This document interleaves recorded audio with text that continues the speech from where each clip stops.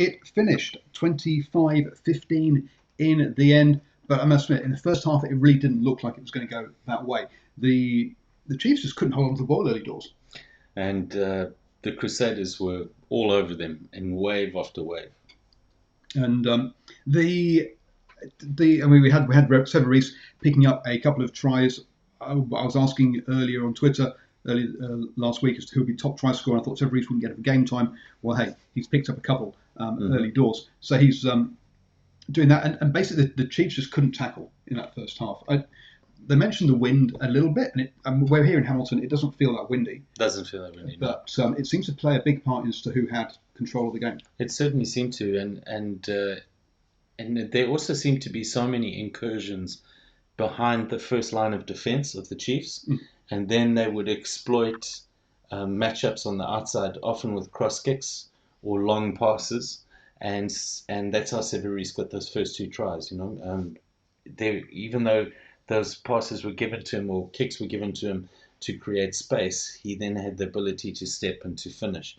But they just seemed to be able to manipulate the Chiefs at will in that early stages when it comes to creating space on the outside. Yep, and it was the early stages. I mean, Jordan also had a good game in that first half. Got his foot on the boot on the ball to relieve pressure well down the field. Havili, you wouldn't have realised he wasn't a 10 in that first half. He played a really good game. To be honest, I think the largest difference between the first and the second half is really that if you talk about the biggest change would be in the performance of Havili. In the first half, Havili looked absolute world class, like an All Black level first five. In the second half, he had one glaring mistake in the first 30 seconds, which led to a turnover, and within the same number of phases before the next break in play, led to the Chiefs' score where they took the lead and never relinquished it. And I don't know if his confidence was affected, but then he had a string of turnovers after that. But it was almost like that mistake there triggered a different player came on to play in the second half. Yep, and there are a number. We had that. The thing I found interesting around that that period when the Chiefs were bashing away at the line there was Triple T was at the base of the ruck the whole time passing it. I think there was pick and go. I think one pick and go in the entire piece. Now, when we watch some Six Nations later tonight, you're going to enjoy this. When they get that close, there's a lot more pick and go than that. So yeah, it's interesting that they keep Triple T in there. They keep the 9 in there running things. Yeah. It was his snipe in the end that actually got the try. Well, I think let's also be honest. Brad Weber made a difference. Absolutely, he provided a sense of control or a second decision maker, right? So, Triple T, is that what we're calling him? Yes. Right? To avoid going easy for you to say. Yes, exactly. So, although he appears to be very nippy, he's got a lot of explosive athletic prowess. There was a sense of calm and control when Brad Weber came on, because I think he then provided let's call it a third playmaker if you consider McKenzie moving in from the back on certain phases. And in the second half again, he came up to first receiver a lot more in the second half. Yes, than the first half. But I think the fact that Weber was there was allowing suddenly. There was less pressure on Cruden, and Cruden could take the ball to the line, and that allowed McKenzie to start coming into position a lot more. So it's almost like the addition of Weber allowed for McKenzie to be brought more into the game, right?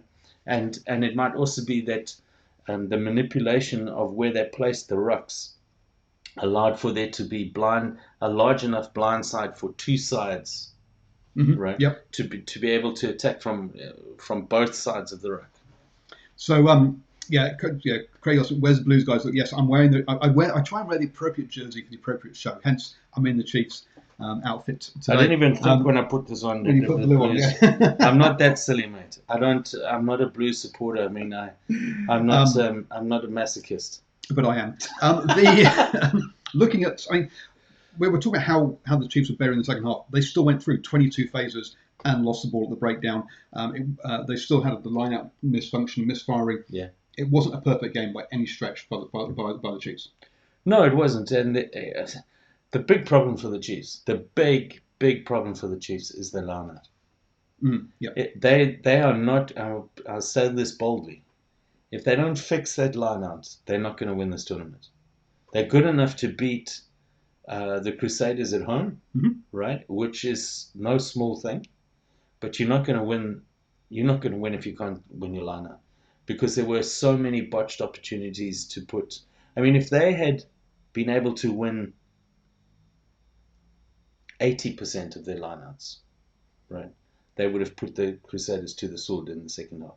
Yeah, it suggests that they lost 4 in the stats, but I think even the ones they won. But it's not the stats; it's the ones that they won were so disrupted. Yeah. The ball was going backwards. The ball was, so there was no platform to attack, even on so many of their lineouts. So that's a big problem for them. GDD coaching on Twitter, he has said, yeah, look, we need to get away from this stat of just success and actually what's the platform like from the set pieces. Correct. From those. So, yeah, and then the Crusaders do the basics really well. It's one of the secrets to their long-term success is that their platform of their primary phase is really good. And where the Crusaders have struggled, and it's cliched in a rugby statement, is against teams that can put their set phase under pressure. And that's where the South Africans are going to try and attack them when they play the Crusaders, is that set phase. Yep. Coming back to this game though, in the second half, another big difference was in the first half the Chiefs were running at about 78% tackling. They finished on 84%. That means their tackling vastly improved to move it that much in the second half. Yeah. So the Crusaders weren't getting across the game line. We were talking halfway through the game, or during the second half, and I said, look, the Crusaders had something like 10 less runs than the Chiefs, but had run 100 more meters. It showed what they were getting through. Yeah, absolutely. When we finish it off, actually, those run meters are much closer than that, or closed up a little bit, and the Crusaders weren't getting as much gain from this, and they were making more mistakes in that second half as well. We have to talk about Havili's try assist though. Fantastic at the base of ruck on the blind side. When you're looking at it from further away, so he goes through 2 players, gets his hands free. Not Havili. Weber. Sorry. Weber. Sorry. That's why I was hands free. Wainui runs the line Beautiful. and just has to walk in after that. But the faith that Wainui had in that Weber would get his hands free. He was running before. He was running. He was already running the line, and the fact also, Weber is not a big boy. He might be a challenger for the smallest player in the whole competition when it comes to sheer mass. And to make that play requires running into contact, right? So he was running at forwards. Well, he managed. But there was a forward coming from the side. Come from the side. So it means running into contact as a little guy and exposing your ribs. Yep. Right. So lifting your ribs, as I've said, lifting your ribs up and then doing that and passing to the side. So let me do it the other way because there's the camera, right? So it's doing that, right? So you expose your entire rib cage there. Yeah, so, and my ribs are a bit sore from playing touch. From playing touch. His ribs are sore from playing touch. Oh, my word. So yes, there was that thing. Solomon Almalo and Stephen Rees all put their tries down with one hand. Please, guys, don't do that. We saw Hogg drop one last weekend for Scotland. Please use 2 hands to put the ball down. This one-handed put downs is not good. Sean Wainui, more experienced player, when he got through, he wasn't putting it down one-handed. He was diving on that ball. He was not going to drop it. And Sean Wainui gets a bit of a bad rap. Sometimes his style can look a bit lackadaisical, but I thought he was good tonight. He was very good tonight. But I think it's just that he's such a smooth runner and such a smooth operator. It looks languid. It looks like it doesn't take any effort. But don't be fooled by that. In this one, hold on here. Yes, I know this is Simon here. I know this is a little bit off topic, John. Watching a lot of Six Nations video. We'll see about that. We'll see. Well, we've got into watching hopefully watching one game, maybe 2 tonight. But anyway, don't push things, all right? Anyway, moving Going back Don't scare the deer. going back to the Don't make any sudden movements. They'll disappear. They'll run away. Simon, careful. penalties conceded. In the first half, we talked about how the Crusaders were deliberately giving up penalties in front of their own try line. They've been doing this for years. For years, yeah, it was typical Crusaders. Second half, though, we saw the Crusaders on the 5 metre line out. They lose the line out, it gets cleared. They give a penalty, they give another penalty, and Chiefs kick the points to win the game. They were a bit rattled in that second half. Those weren't the typical. Crusaders don't give penalties in your half because it means you get the clearance. They were tonight in that second half, which showed that they were under pressure. Yes, so I think, first of all, Lachlan Bozier was outstanding, absolutely outstanding, right? And when they changed the makeup of the loose forwards, so who did they bring on? So Suakula came on and Karpik went off. And Karpik went off, and Kane moved to. So Kane moved to 6. Bashir moved from 6 to 5. In 6, 7. No, in all honesty, 6 and 7. Who cares? Who cares? But I think that is then they suddenly had a lot more control. Now it might be, let's be fair, to a fresh set of legs, but they also brought some changes on in the Crusaders, right? Yep. But I think that the balance is better. Kane is a very good player. Kane is a very good player, and he does well at 8. But I think him moving to flank and Bozier at flank and a true 8. I think people underestimate the sort of demands that an 8 has. They are very specific around agility. So clearing the ball from the base of a scrum, especially when your scrum is under pressure, requires a lot of agility. Now, I'm not saying that Kane is not a good 8. That's not what I'm implying. But the point being is that there seemed to be a lot better balance in that loose forward trio and a lot more injection, right, from that Fijian number 8. Will you give the name again? Sakula. Sakula, right? From Sakula, and he's a dynamic ball carrier as well. Right? He is definitely a dynamic ball carrier. It's a change. You're going from 3 fetchers, or 3 guys at the breakdown in Bashir, Karpik, and Kane, to having 2 guys at the breakdown and a guy who can, who's primary. Look, all these players can do everything. It's where, but their point of difference is, or their expertise is in one area. When Suakula comes on, he is a ball carrier. Sure, he tackles and he challenges the breakdown, but he's a ball carrier. Kane can carry, but it's more his breakdown tackling. But remember, when we say a ball carrier, it's not just about the fact that you can be, let's say, a proficient ball carrier. When you have a dynamic ball carrier, what happens is, first of all, they draw more tacklers. Right? Yep. Secondly, they bow the defensive line. And thirdly, certain ball carriers carry the threat of the offload. Right? Yeah, sure. Right. So again, that draws more tacklers in. So if you see Sam Cane coming up carrying the ball, most sides in world rugby, all respect to Sam Cane, I think he's a great rugby player.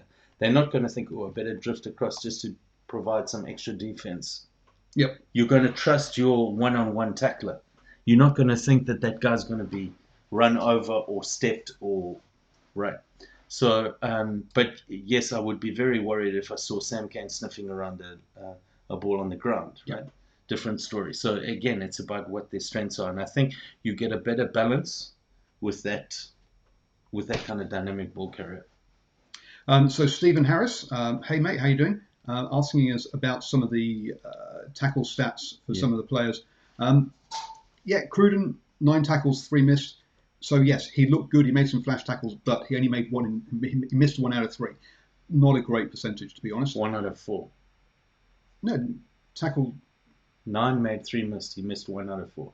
So you missed. You made 9 out of 12. Anyway, that's okay. I'll do the maths. Yep. You told me there'd be no maths in. You promised no maths. But the players actually or a player that I've been kind of interested to see how he goes. Christie, the open side for the Crusaders, obviously the replacement for Matt Todd, ex-under-20s captain, 17 tackles, 1 missed. Also got a couple of turnovers. Lots of promise. A lot of work there that we don't see. But yeah, it looks like he's heading in the right direction. He was top tackler by 4 tackles more than anyone else.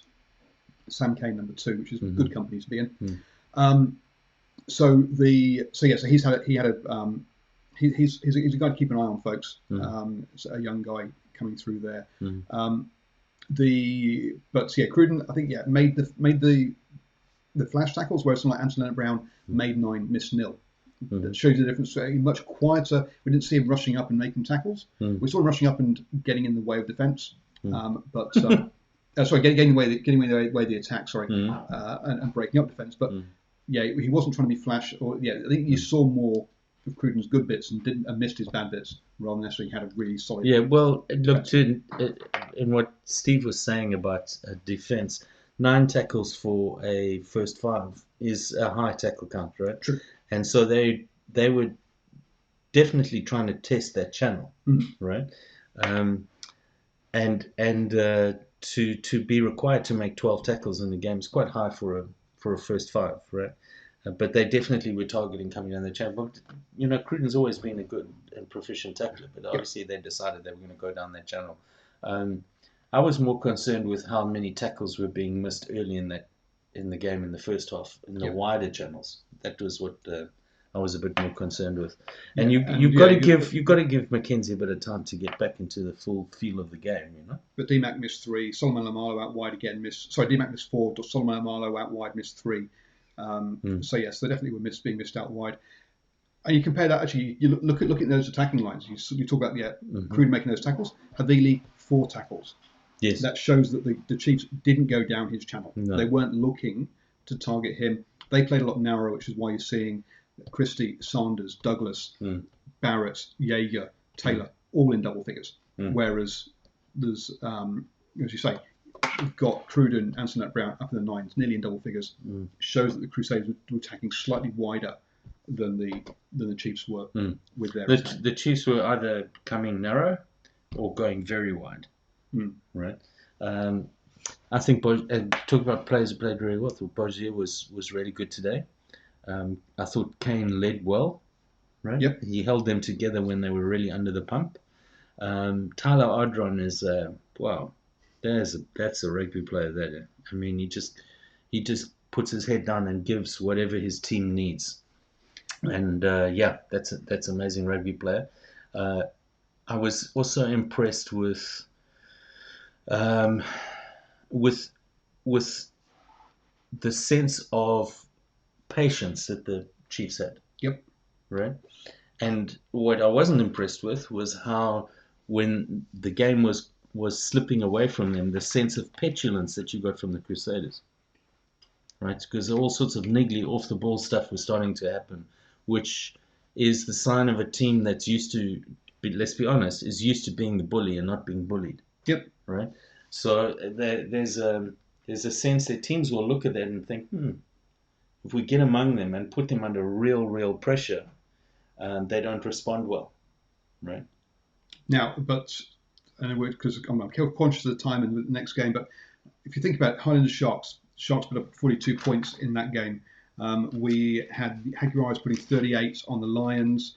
40. That's the Six Nations Crusaders put 43 on last week. 30. There's some of them went, but even last week it was only a 4-point win over the Blues by 29 to 8-point win over the Blues. But this is twice now that the Chiefs have come back at half time. This is championship credentials without being loud, showy statement games in some ways that we've seen from some of the other teams. These are character games, right?